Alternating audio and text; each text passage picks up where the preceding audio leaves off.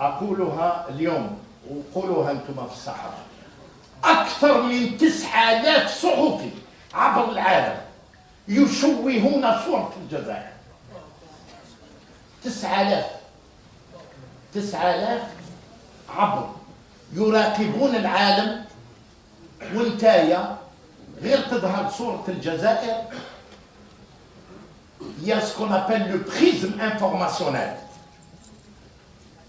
هنا الدولة تتدخل باش تدعم وسائل الإعلام. التلفزيون الجزائري عليه أن يأخذ مكانته اللائقة التي يستحقها. الجزائر الدولية أيضا باش يكون عندهم المكانة ديالهم، ويكون عندهم وكالة الأنباء الجزائرية أيضا عليها أن تحتل مكانتها، وأن يكون لها منفذين في الخارج مبعوثين أو مقيمين بصفة دائمة. فمثلا الأمريكي في القارة الأمريكية كي يحب ياخذ معلومات عن الجزائر وين يروح؟ يروح لايف بي. الأجنبي عندما يريد أن يستعلم بفضاء الجزائر يستنجد بلايف بي. وانتم تعرفوا قيم الايف بي؟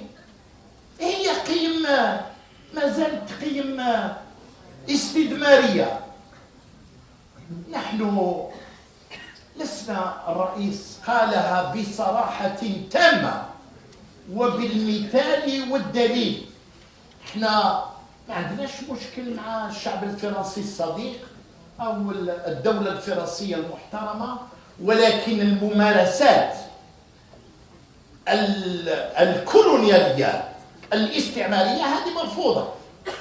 المفروض لو كاين مؤرخين أكفاء وموضوعيين كان عليهم أن يردوا الجميل للجزائر.